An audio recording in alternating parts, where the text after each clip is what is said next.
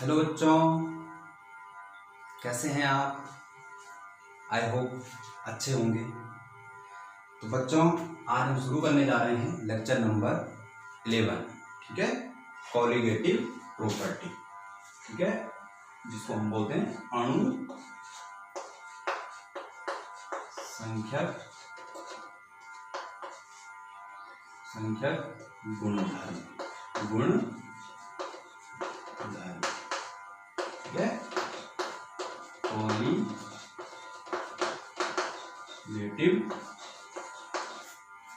Properties.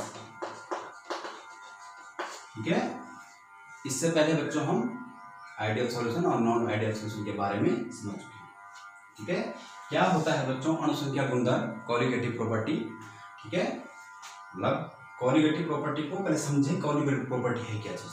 Colligative property बच्चों विलयन की वे प्रॉपर्टी, ठीक है, जो विलायक के एक निश्चित मात्रा में क्या करते हैं, जो आपने विलेय घोला है वो कितनी मात्रा में घोला है, ठीक है, उसकी मात्रा पे डिपेंड करता है। जो आपने विलेय घोला है उसकी मात्रा पे निर्भर करता है, उस विलेय की रासायनिक प्रकृति पर निर्भर नहीं करता है। उसे उस विलयन का क्या बोलते हैं? अणुसंख्यक गुणधर्म। समझें कैसे? मतलब आपने क्या किया, विलायक लिया, ठीक है, जो भी आपने विलायक लिया, इसमें आपने विलेय की क्वांटिटी कितनी डालनी, ठीक है, तभी तो विलयन बनेगा। ये विलायक है, ठीक है, इन दोनों को मिक्स करके आपका क्या बनेगा? सॉल्यूशन बनेगा। ठीक है, तो जो सॉल्यूशन बना है तो ये तो बोल रहा है कि जो विलायक की निश्चित मात्रा में विलेय के आपने कितने मोल डाले हैं या कितने ग्राम डाले हैं, ठीक है, वही बच्चों उसकी कॉलिगेटिव प्रॉपर्टी कहलाती है सॉल्यूशन की। इसका मतलब जो सॉल्यूशन होता है, विलयन जो होता है, उसकी अणुसंख्या गुणधर्म, ठीक है, जो टोटली डिपेंड करता है विलेय की क्वांटिटी पर या मोल पर, ठीक है, उसको हम बोलते हैं कॉलिगेटिव प्रॉपर्टी। ठीक है, अगर हम उसको डिफाइन करना चाहें तो कैसे करें? ठीक है, तो हम ऐसा लिख सकते हैं कि विलयन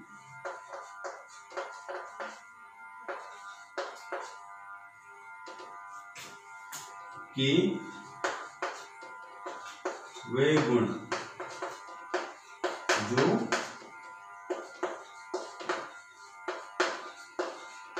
जो विलायक की एक निश्चित मात्रा में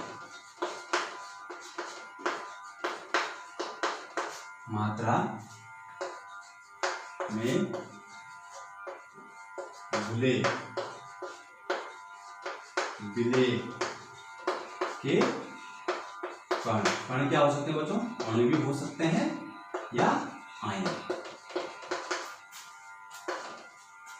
विलेय के कणों की संख्या पर निर्भर करती है विलेय के रासायनिक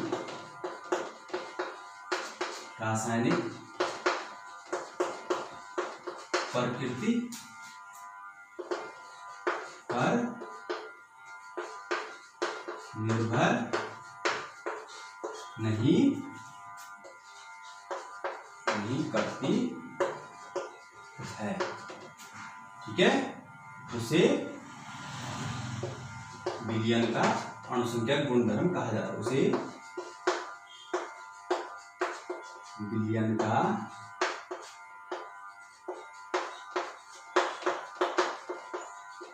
अणुसंख्यक गुणधर्म कहा जाता है। ठीक है, कि विलयन के वे गुण, ठीक है, जो एक विलायक की निश्चित मात्रा में जो विलेय के कणों की संख्या है उस पर निर्भर करता है। ठीक है, जो आपने विलेय डाला है कितनी मात्रा में डाला है, उसकी रासायनिक प्रकृति पर निर्भर नहीं करता है। रासायनिक प्रकृति मतलब उसका कलर, उसकी रिएक्टिविटी क्या है, उस पर डिपेंड नहीं करता है कॉलिगेटिव प्रॉपर्टी। हाँ, विलायक की प्रकृति पर, रासायनिक प्रकृति पर निर्भर कर सकता है अणुसंख्या गुणधर्म। ठीक है, ये अणुसंख्या गुणधर्म था बच्चा, जो मतलब विलेय की वही प्रॉपर्टी जो डायरेक्टली प्रोपोर्शनल किसके, सॉल्यूट के क्वांटिटी पर डिपेंड करता है कि कितनी मात्रा में आपने विलेय डाला है विलायक। ठीक है, उसे कहते हैं अणुसंख्या गुणधर्म। बच्चों, जो अणुसंख्या गुणधर्म हमारे पास होते हैं मेजर 4 प्रकार के होते हैं। फर्स्ट आपका होता है सापेक्ष वाष्प दाब अवनमन, वाष्प दाब अवनमन, जिसको हमने बोला था बच्चों relative lowering vapour pressure, RLVP। ठीक है, रिलेटिव लोअरिंग वेपर प्रेशर। दूसरा होता है बच्चों क्वथनांक में उन्नयन, क्वथनांक में उन्नयन, इसको हम बोलते हैं बच्चों elevation of boiling point, boiling point. ठीक है, तीसरी कॉलिगेटिव प्रॉपर्टी होती है बच्चों मांग में अवनमन, मांग में अवनमन, उसको बोलते हैं बच्चों depression of freezing point. Last colligative property होती है बच्चों परासरण दाब,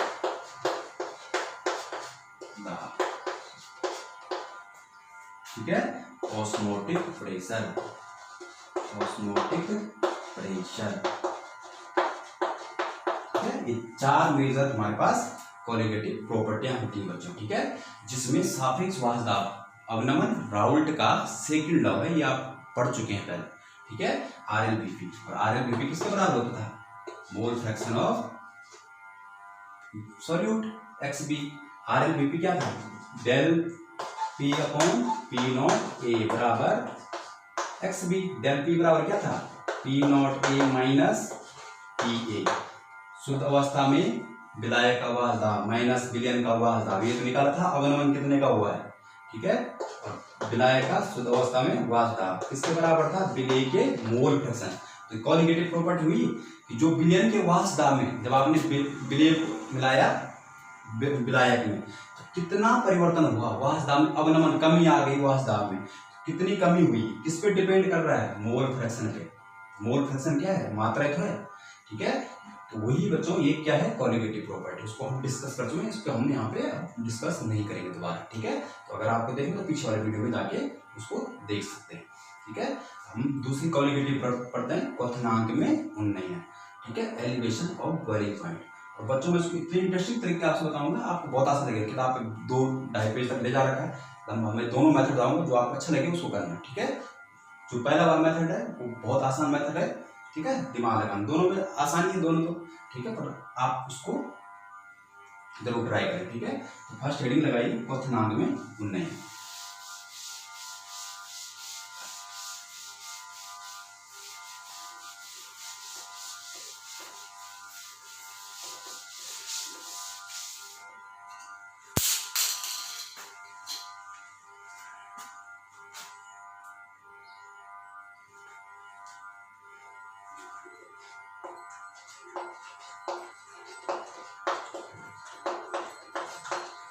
क्वथनांक में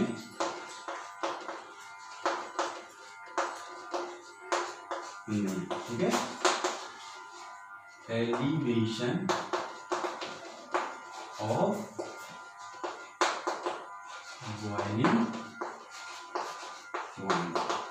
ठीक है, क्वथनांक में उन्नयन, सबसे पहले तो ये समझे कि क्वथनांक होता क्या है। ठीक है, क्वथनांक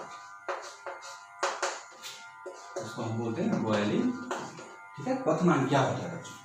ठीक है, तो क्वथनांक क्या है, आपने पढ़ी होगी छोटी क्लास में परिभाषा पढ़ी है, क्वथनांक क्या है। ठीक है, वह ताप जिस पर द्रव का वाष्प दाब कितना हो जाए, वायुमंडलीय दाब के बराबर हो जाए, ठीक, उस द्रव का क्वथनांक कहलाता है। ठीक है, कितना वायुमंडलीय दाब कितना है, जो हमारे चारों ओर जो दाब है वो कितना है, हमने मान लिया कितना है 1 atm के आसपास, हमारे चारों ओर जो दाब है वो कितना है 1 atm। तो पानी तभी उबलता है बच्चों, ठीक है, जब उस गर्म करते हैं तो उसका वेपर बनते हैं, तो जब उसका वाष्प दाब कितना हो जाता है, वायुमंडल जो चारों ओर का दाब उसके बराबर हो जाता है, तो पानी क्या हो जाता है, उबलने बैठ जाता है, वही उसका क्या है, क्वथनांक है। हमने बोला पानी का क्वथनांक कितना है 100 डिग्री। ठीक है, तो आप जो आपका ये है, आपने क्या किया, ठीक है, आपने बोला क्या क्वथनांक है, वह ताप जिस पर द्रव का वाष्प दाब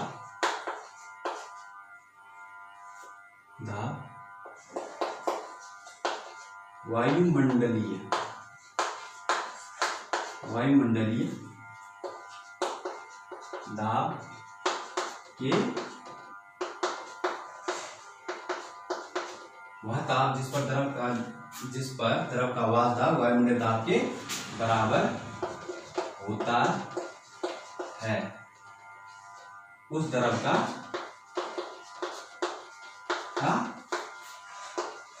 क्वथनांक कहलाता है। ठीक है, जो भी आपने लिक्विड दे रखा है, अगर उसका जो दाब है जब वो वायुमंडलीय दाब के बराबर हो रहा है तो उसको क्या बोलेंगे बच्चों, उसका क्वथनांक कहते हैं। ठीक है, सपोज दैट आपने क्या कर रखा है, ये कोई पानी दे रखा है, ठीक है, पानी, ठीक है, पानी क्या है आपका, विलायक, ठीक है, पानी क्या है, विलायक। ठीक है, तो या आप इसको हीट अप करोगे, तो कब तक हीट करोगे, तब तक हीट करोगे जब तक कि इसका जो वेपर प्रेशर है वायुमंडल चारों ओर हमारे दाब है वो उसके बराबर ना हो जाए।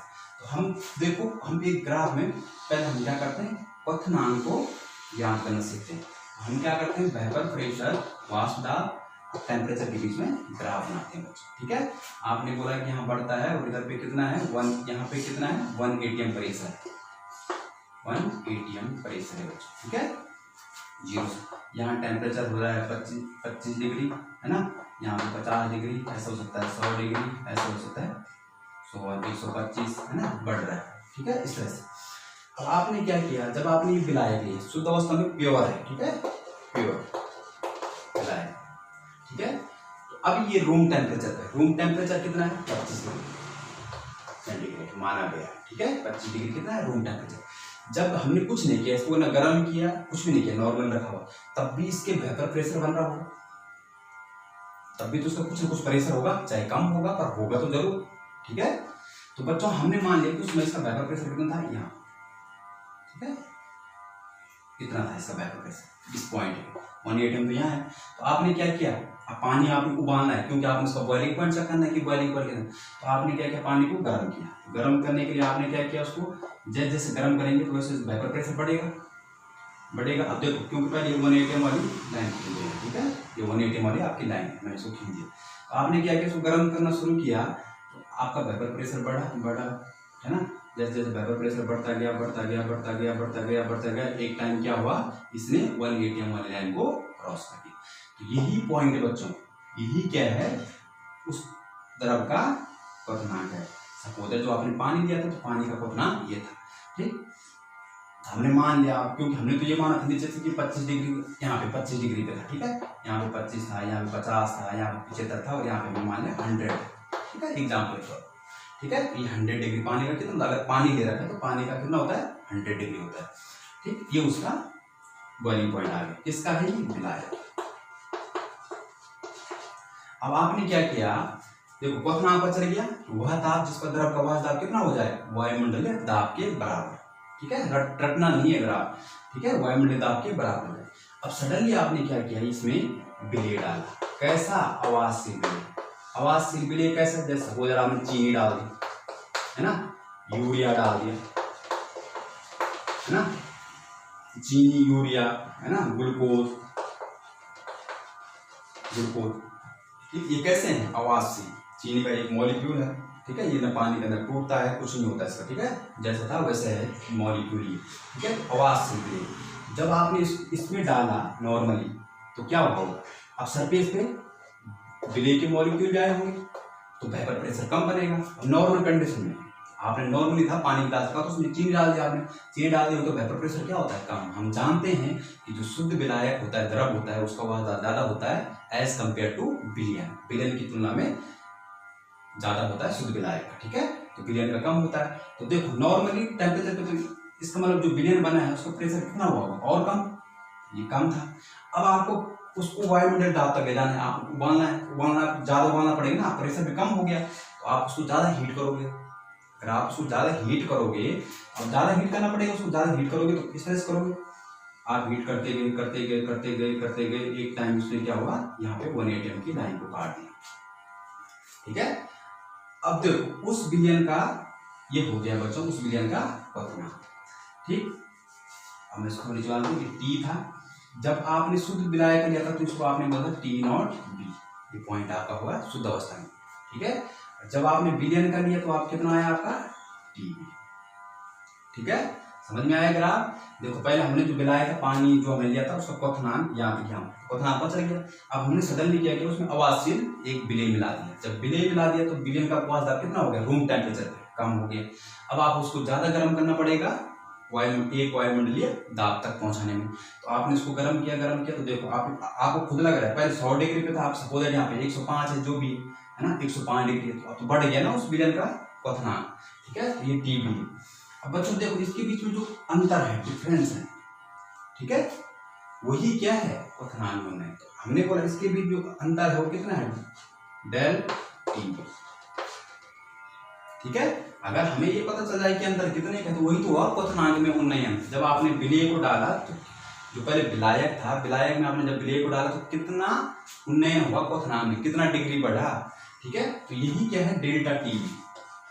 तो डेल्टा TB को क्या बोलते हैं, क्वथनांक में उन्नयन। तो कितना है निकाल लो, ज्यादा कौन है, TB माइनस T0, ये क्या है, क्वथनांक में उन्नयन, है ना, यही चीज है, ठीक। तो क्वथनांक में उन्नयन आपको पता चल गया कितना होगा।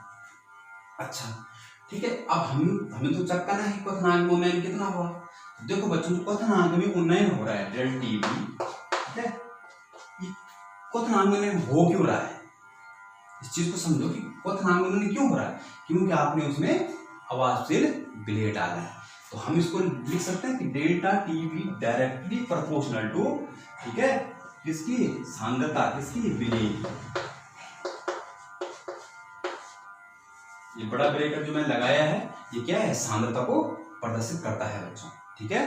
तो जो विलय है उसकी सांद्रता पर तो डिपेंड कर रहा है। क्वथनांक में उन्नयन क्यों हो रहा है, विलय डाला आपने, ठीक है, इसका मतलब जितना ज्यादा विलय डालोगे उतना ज्यादा होगा क्वथनांक में उन्नयन। तो हम एक रिलेशन बना देंगे, डेल्टा TB डायरेक्टली प्रोपोर्शनल होते कंसंट्रेशन ऑफ सॉल्यूट, ठीक है।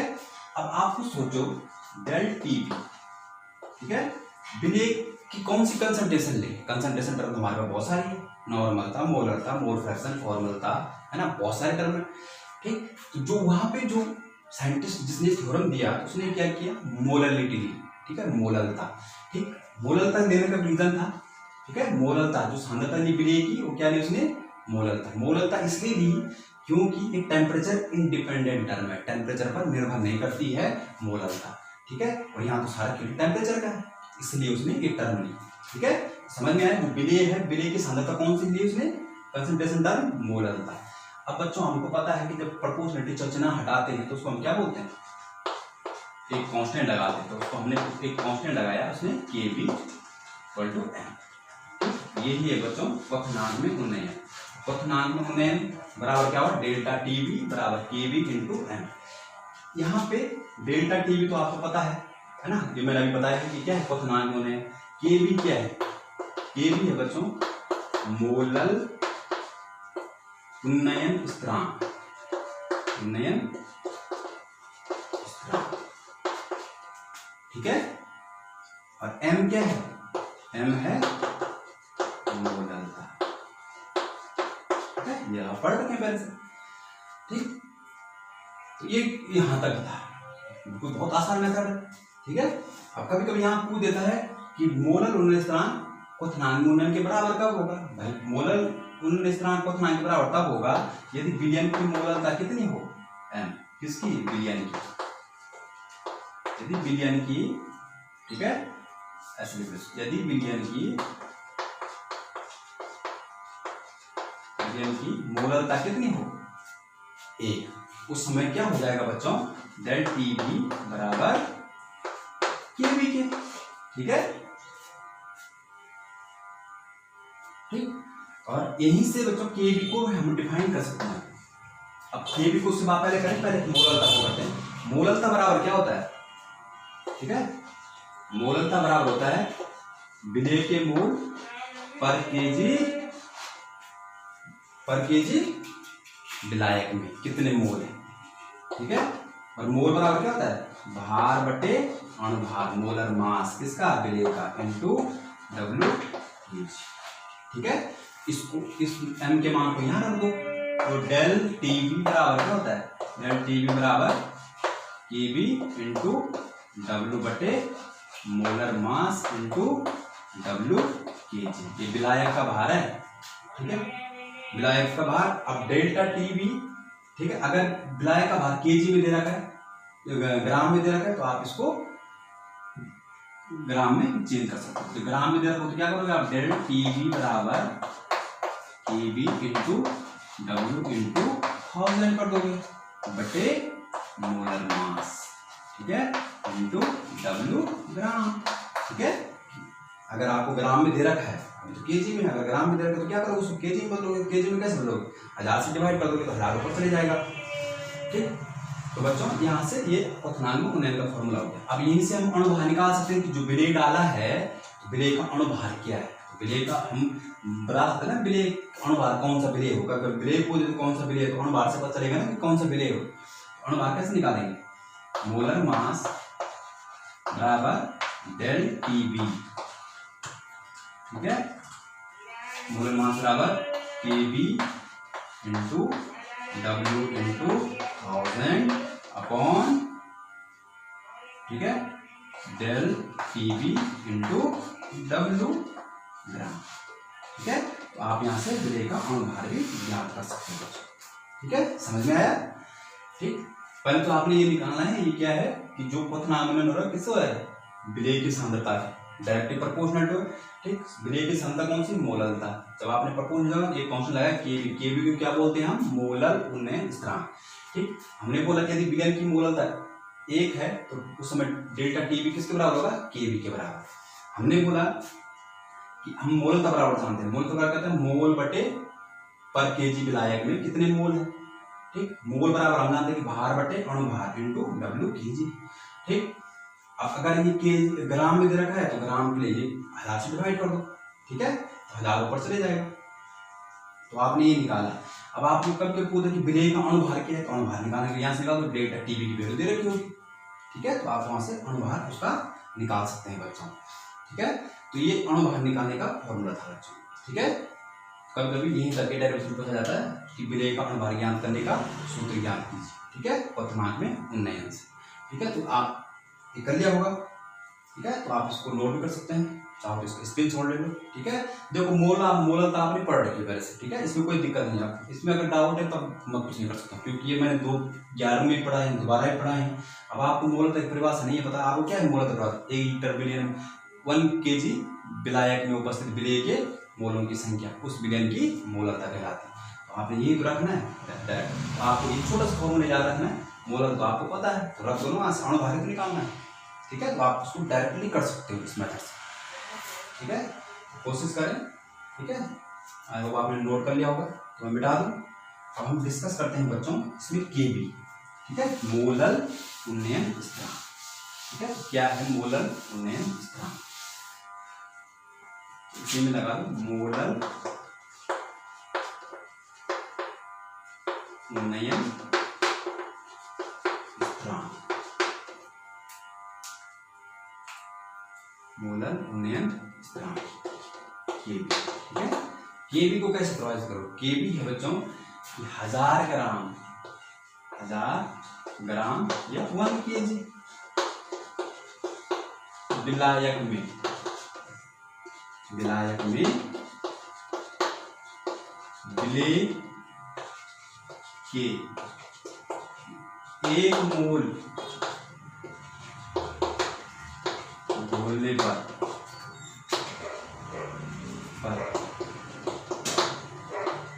विलयन के क्वथनांक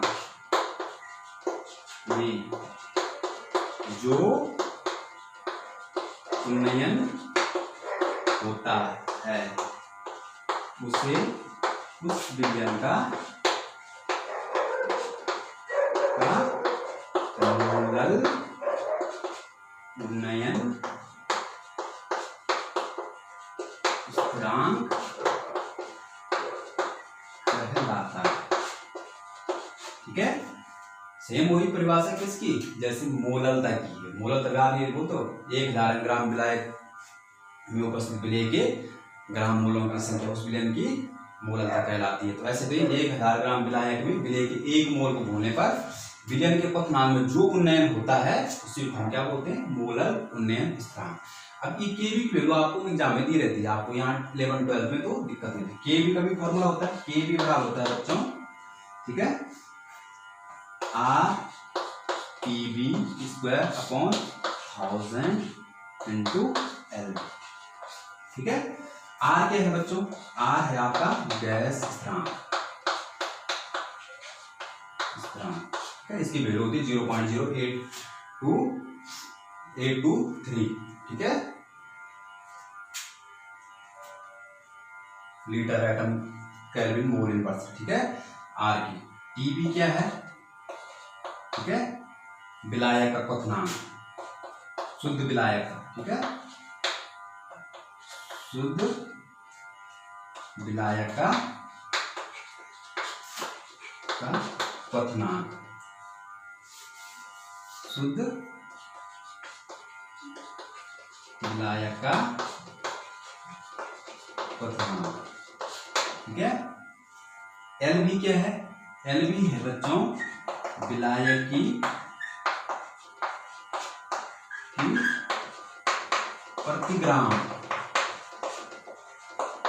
वाष्पन ऊष्मा।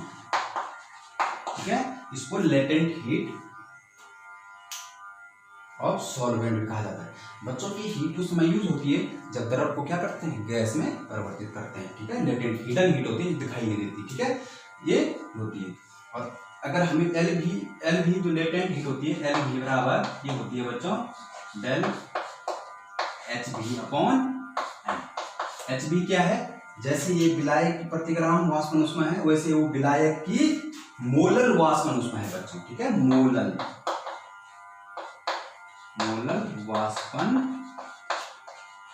ऊष्मा है किसकी, विलायक की। एम क्या है, विलायक का अनुभार, ये ध्यान रखना है, यहाँ विलायक का अनुभार, विलायक का अनुभार। ठीक है, तो आप यहाँ से आगे जब आपको मिले तो यहाँ आपको केबी की वैल्यू निकालनी भी पड़ सकती है। ठीक है, आर गैस कांस्टेंट है, एल भी क्या है, विलायक की प्रति ग्राम वाष्पन ऊष्मा। कभी पूछ देता है कि केबी का फॉर्मूला क्या होता है। ठीक है, तो आप केबी का फॉर्मूला RTB/1000 इंटू LB। ठीक है, तो ये था क्वथनांक में उन्नयन। ठीक है बच्चों, तो ये आज का टॉपिक था क्वथनांक में उन्नयन, जो मैंने आपको समझाया। आई होप आपको समझ में आएगा। अब दूसरा मेथड देखें जो आपकी बुक पे दे रखा है। ठीक है, मैं उसको थोड़ा जल्दी करूंगा और आप समझने की कोशिश करें कि वो क्या है। आपने नोट किया, ठीक है, मैं मिटा दूं इसको।